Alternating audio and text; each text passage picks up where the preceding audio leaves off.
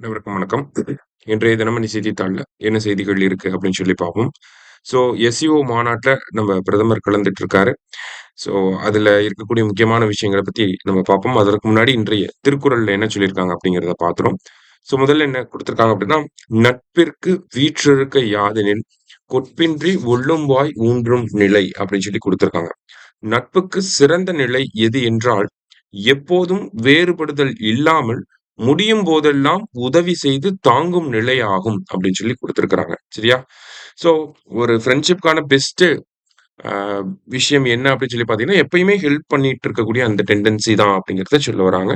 திருக்குறளின் 789 அதிகாரம் நட்பு அப்படிங்கிற அதிகாரத்துல. அடுத்ததா எஸ்சிஓ வளர்ச்சி வங்கி உருவாக்கம் அப்படின்னு சொல்லி குடுத்திருக்காங்க. ஸோ நம்ம எஸ்சிஓ மாநாடு அப்படிங்கிறது டியான்ஜின் அப்படிங்கிற சிட்டில நடந்துகிட்டு இருக்கு. ஓகேங்களா? டியான்ஜின் அப்படிங்கிறது எங்க இருக்குன்னா, நமக்கு சைனால வந்து இருக்கு. டியான்ஜின் சைனால தான் இந்த எஸ்சிஓ மாநாடு வந்து நடந்துகிட்டு இருக்கு. இதுல இந்தியாவுடைய பிரதமர் நரேந்திர மோடி அவர்கள், ரஷ்யாவுடைய அதிபர் விளாடிமிர் புட்டின், சைனாவோட அதிபர் ஆம் இந்த மாரி எல்லா முக்கியமான நாடுகளுடைய தலைவர்கள் வந்து கலந்துக்கிறாங்க. சரியா? அதனால ரொம்ப முக்கியமான ஒரு மாநாடா பார்க்கப்படுது இந்த எஸ்சிஓ மாநாடு. ஸோ இதுல ஒரு முக்கியமான ஒரு ஒப்பந்தம் வந்து ஒரு புதுசா ஒரு விஷயத்துக்கு வந்து ஒப்புதல் அளிக்கப்பட்டிருக்கு. எஸ்சிஓ வளர்ச்சி வங்கி அத உருவாக்குறதுக்கான அப்ரூவல் அப்படிங்கிறது கிடைச்சிருக்கு. ஓகேவா? எஸ்சிஓ டெவலப்மென்ட் பேங்க் அப்படின்னு சொல்லுவாங்க. சரியா? ஸோ நமக்கு பிரிக்ஸ் அப்படிங்கிற கூட்டமைப்பு இருக்கு. இல்லையா? ஸோ இந்த பிரிக்ஸ் அப்படிங்கிற கூட்டமைப்பு அவங்க ஒரு வளர்ச்சி வங்கி வச்சிருக்காங்க.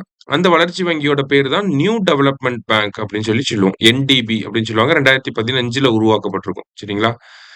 அதே மாதிரி பார்த்தீங்கன்னா, நமக்கு ஏசியன் டெவலப்மென்ட் பேங்க் அப்படிங்கிறது இருக்கு. Asian investment and infrastructure bank அப்படிங்கிறதெல்லாம் இருக்கு. இது எல்லாமே நமக்கு அ கடன்கள வழங்கக்கூடிய ஒரு வங்கிகளாக இருக்கு. அந்த வரிசையில பார்த்தீங்கன்னா, இப்ப எஸ்சிஓவோட பேங்கா எஸ்சிஓ வந்து ஒரு டெவலப்மென்ட் பேங்க் வந்து உருவாக்க போறாங்க. சரியா? இப்ப பிரிக்ஸ்னா நியூ டெவலப்மென்ட் பேங்க்ன்னு சொல்லுவோம். எஸ்சிஓடது எஸ்சிஓ டெவலப்மென்ட் பேங்க் அப்படின்னு சொல்லி ஒரு பேங்க உருவாக்க போறாங்க. ஸோ அதற்கான அப்ரூவல் அப்படிங்கிறது இப்ப நமக்கு கிடைச்சிருக்கு. அந்த ஒரு விஷயத்த தான் நம்ம பார்க்கிறோம். ஏன்னா ஃபியூச்சர்ல கொஸ்டின்ஸ் கேட்கிறப்ப எஸ்சிஓ டெவலப்மென்ட் பேங்க்குக்கான அப்ரூவல் எந்த மாநாட்டுல கிடைச்சது அப்படின்னா, டியான்ஜின் மாநாட்டுல கிடைச்சது அப்படிங்கிறத நம்ம சொல்லணும் கரெக்ட்டா. அதே மாரி மாநாடே எங்க நடந்துச்சு அப்படிங்கிறத கூட கேட்கலாம். ஏன்னா நமக்கு G7 மாநாடெல்லாம் எங்க நடந்துச்சு அப்படின்னு சொல்லி சமீபத்தில நடந்து முடிஞ்ச குரூப் 4 எக்ஸாம்ல கூட கேட்டிருந்தாங்க இல்லையா? ஸோ அப்படிதான் நம்ம பார்க்கிறோம். அடுத்ததா பார்த்தீங்க அப்படின்னா, ஏலத்தூர் ஏரி தமிழகத்தின் 3வது பல்லுயிர் பாரம்பரிய தலமாக அறிவிப்பு அப்படின்னு சொல்லி குடுத்திருக்காங்க. தமிழகத்த பொறுத்தவரைக்கும் பார்த்தீங்கன்னா, பல்லுயிர் பாரம்பரிய தலங்கள் அப்படிங்கிறது ஆல்ரெடி 2 அந்த மாரி இருந்துச்சு. பயோடைவர்சிட்டி ஹெரிடேஜ் சைட் அப்படின்னு சொல்லுவோம். ஃபர்ஸ்ட் வந்தது என்னன்னா, 2022ஆம் ஆண்டு மதுரையில அரிட்டாப்பட்டி பயோடைவர்சிட்டி ஹெரிடேஜ் சைட் அப்படிங்கிறது வந்திருக்கும். அதன் பிறகு இந்த இந்த மார்ச் மாசம் வந்து பார்த்தீங்கன்னா, நமக்கு திண்டுக்கல் மாவட்டம் காசம்பட்டி பயோடைவர்சிட்டி ஹெரிடேஜ் சைட் அப்படிங்கிறத அனௌன்ஸ் பண்ணியிருப்பாங்க.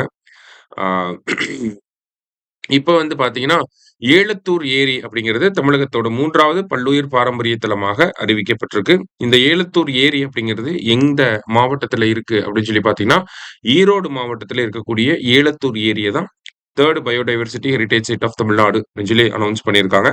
எல்லாமே பயோடைவர்சிட்டி ஆக்ட் 2002ல வந்திருக்கும்.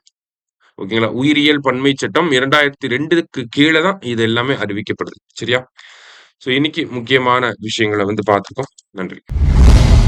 சுரேஷ் IAS அகாடமி வெற்றியின் முகவரி.